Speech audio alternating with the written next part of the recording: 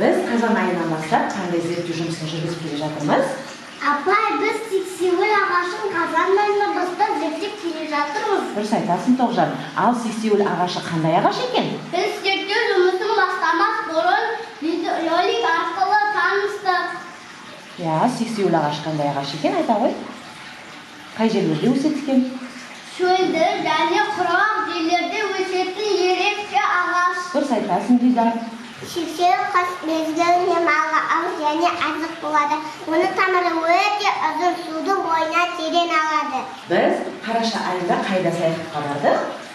Аудандық орман шаруашылығы және республикалық орман селекциялық тұқымы орталығына саяхат жасап, сексеуілдің тұқымын, өңдеуін және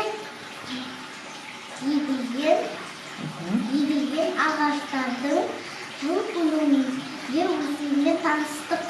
Ал балалар, енді теледидарға назар аударайық.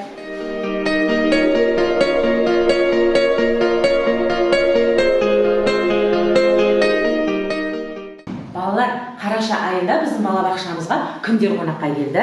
Қаласайын даутанымызды олма саласыдағы мекемесінің әйелімі күзетшінің тастарында.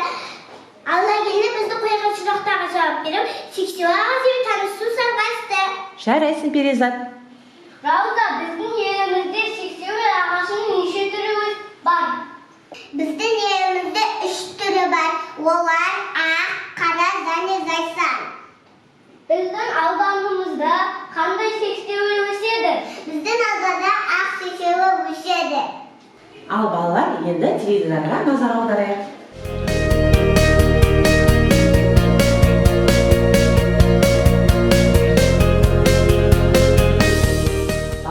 Біз осы сексеуіл ағашын зерттеу үшін тағы да қайда саяхатқа бардық? Біз әжем дауына саяхат жасап, әжем бізге сексеуілге адамдарға пайдасын айтып берді.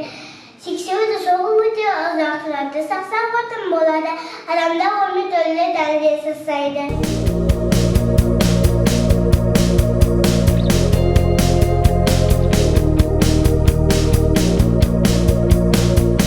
Балалар, антисептик сусыны дегеніміз біздің қолымыздағы, денеміздегі барлық микробтарды өлтіретін сусын. Осы сусынды, дәрілік емдік сусынды жасау үшін бізге қандай заттар керек екен, Тоғжан?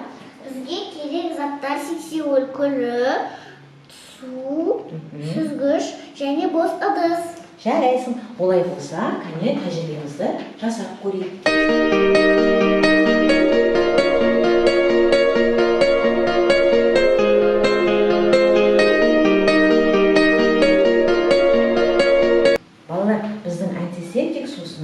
Дайын болды.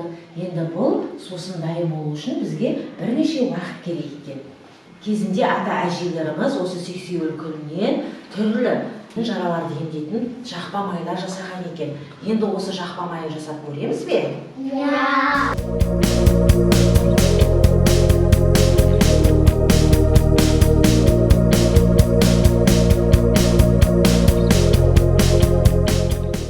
Жаралардың бетіне жағатын болған ата-әжелеріміз көрдіңдер ма? Достар, сендер білесіңдер ме, біздің ауданымыздың қасында орналасқан Арал ауданының табиғаты өте қатал. Мұнда жер қатты соғып, құмды ұшырып, үлкен құм көшкінін жасайды. Бұл көшкін егістік жерлерді, Арал теңізін басып қалуы мүмкін.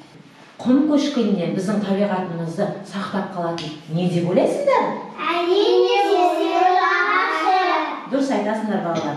Олай болса, біз қазір тағы да бір тәжірибе жасап көретін боламыз.